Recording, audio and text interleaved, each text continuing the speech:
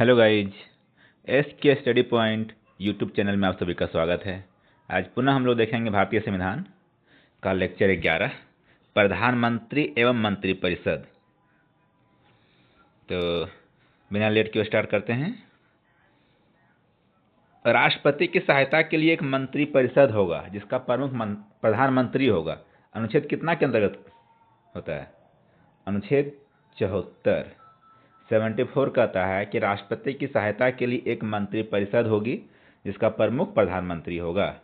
अनुच्छेद 75 कहता है कि प्रधानमंत्री की नियुक्ति राष्ट्रपति द्वारा की जाएगी और प्रधानमंत्री की सलाह पर अन्य मंत्रियों की नियुक्ति की जाएगी।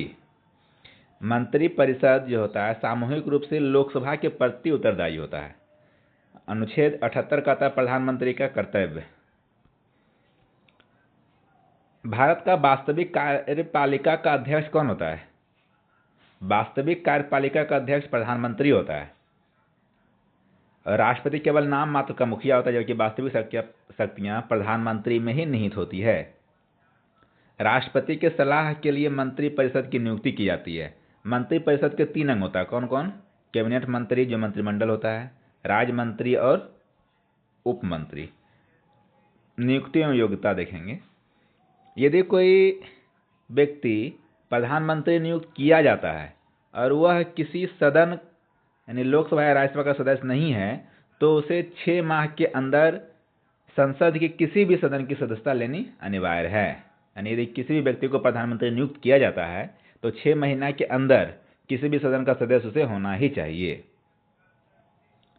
राष्ट्रपति उस व्यक्ति को प्रधानमंत्री नियुक्त करता है जो बहुमत दल का नेता होता है। बहुमत दल का नेता कौन होता है? प्रधानमंत्री।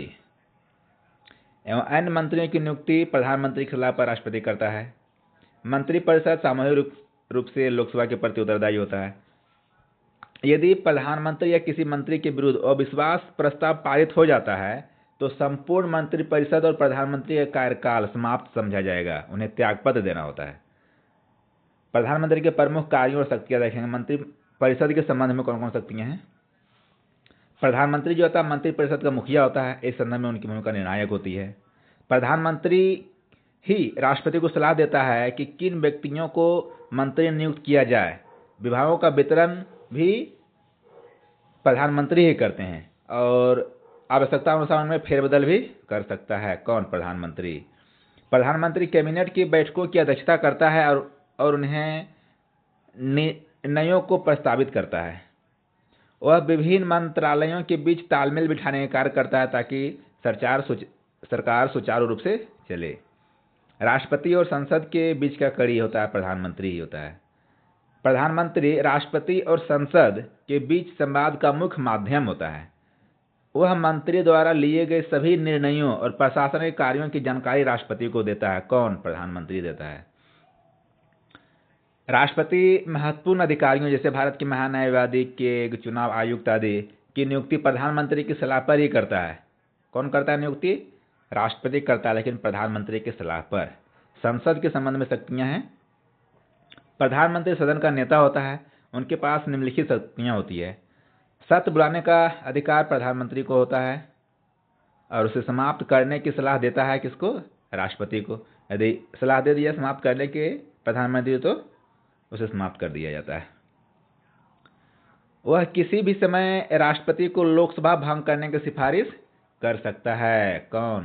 प्रधानमंत्री कभी भी लोकसभा भंग करने की सिफारिश राष्ट्रपति से कर सकता है।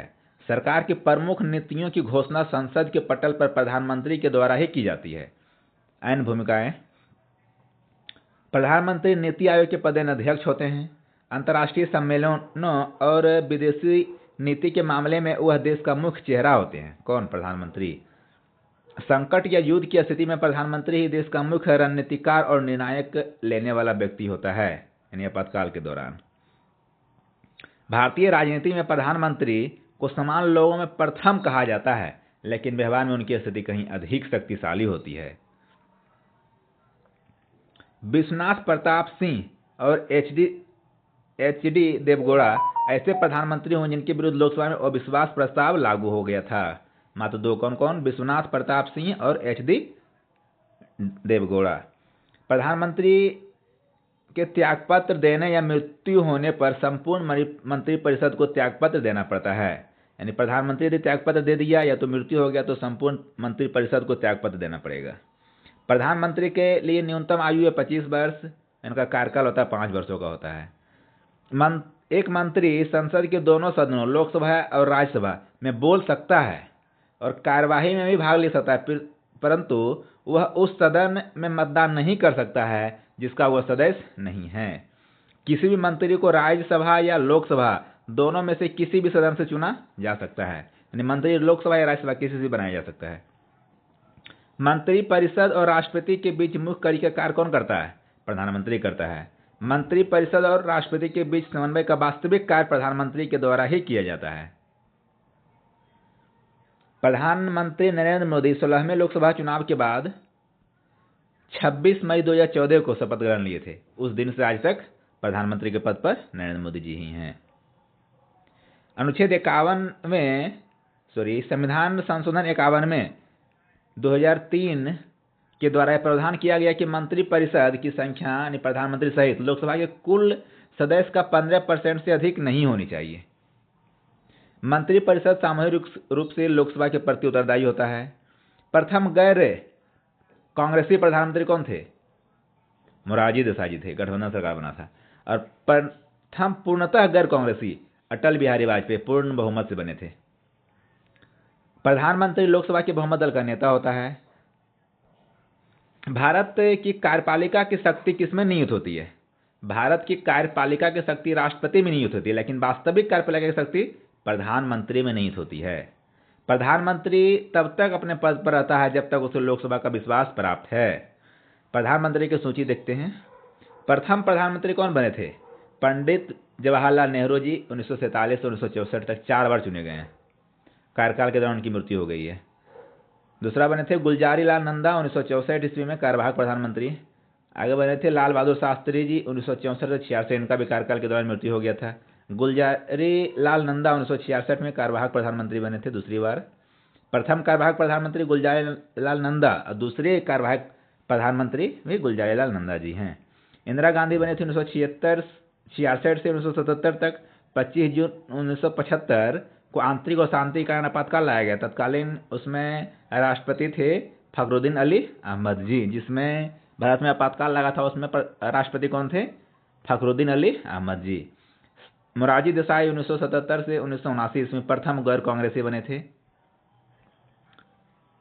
चौधरी चरण सिंह 1979 से 1980 बहुत कम समय तक रहे थे। इंदिरा गांधी जी 1980 से 1984 दूसरे बार बने थे, कार्यकाल के दौरान मृत्यु हो गया था।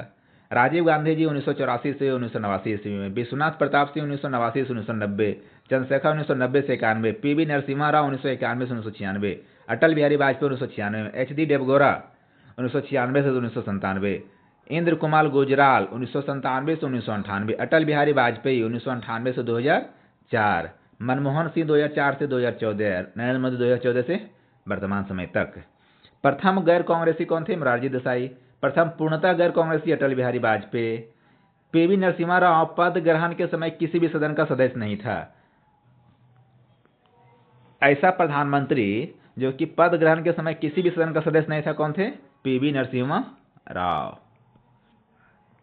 एक भी दिन संसद का सामना नहीं करने वाले कौन से प्रधानमंत्री थे? चौधरी चरण सिंह, जिन्होंने एक भी दिन संसद का सामना नहीं किया है। राज्यसभा का सदस्य जो प्रधानमंत्री बना इंदिरा गांधी जी, एच डी देवगौड़ा, मनमोहन सिंह, ये तीनों चुने गए थे राज्यसभा से।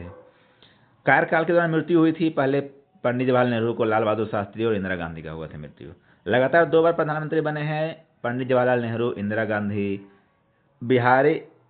अटल बिहारी वाजपेयी, मनमोहन सिंह और नरेंद्र मोदी जी। अविश्वास प्रस्ताव। सबसे पहले अविश्वास प्रस्ताव पारित होने के कारण हटने वाले प्रधानमंत्री कौन है? विश्वनाथ प्रताप सिंह है और एच डी देवगौड़ा दुबले। पहला कौन है? तो विश्वनाथ प्रताप सिंह। लोकसभा अध्यक्षों की सूची देखेंगे। लोकसभा अध्यक्ष की सूची। पहला लोकसभा अध्यक्ष कौन थे? गणेश वासुदेव मावलंकर 1952 से 1956 तक प्रथम थे। लोकसभा के जनक भी इन्हीं को बोला जाता है। अनंत सैन्यम आयंगर प्रथम उपाध्यक्ष भी रहे हैं। सरदार हुकुम सिंह 1962 से 67 तक। नीलम संजीव रेड्डी 1967 से 1969 के बाद बने थे, भारत के राष्ट्रपति भी बने थे। गुरदयाल सिंह ढिल्लो, बलीराम भगत 1976 से 77, नीलम संजीव रेड्डी दूसरी बार बने थे 1977 ईस्वी में। के एस हेडगे, बलराम जाखर, सबसे लंबा कार्यकाल इन्हीं का रहा है बलराम जाखर का, 1980 से 1989। रवि राय, शिवराज पाटिल 1991-96, पीबी संगमा 1996 से 1998, जीएमसी बालयोगी 1998 से 2002, कार्यकाल के दौरान इनकी मृत्यु हुई थी जीएम बालयोगी की। मनोहर जोशी 2002 से 2004, सोमनाथ चटर्जी 2004 से 2009, मीरा कुमार प्रथम महिला अध्यक्ष 2009 से 2014 में बने थे मीरा कुमार, और दूसरी महिला अध्यक्ष सुमित्रा महाजन 16वीं लोकसभा में जो बने थे, जिसमें नरेंद्र मोदी प्रधानमंत्री थे। और अभी वर्तमान समय में 17वीं और 18वीं लोकसभा में के अध्यक्ष हैं ओम बिरला, 1919 से वर्तमान समय तक अभी तक वही हैं। धन्यवाद। इस तरह की अपडेट देखने के लिए हमारे YouTube चैनल को सब्सक्राइब कर सकते हैं। मिलते हैं पुनः अगले वीडियो में।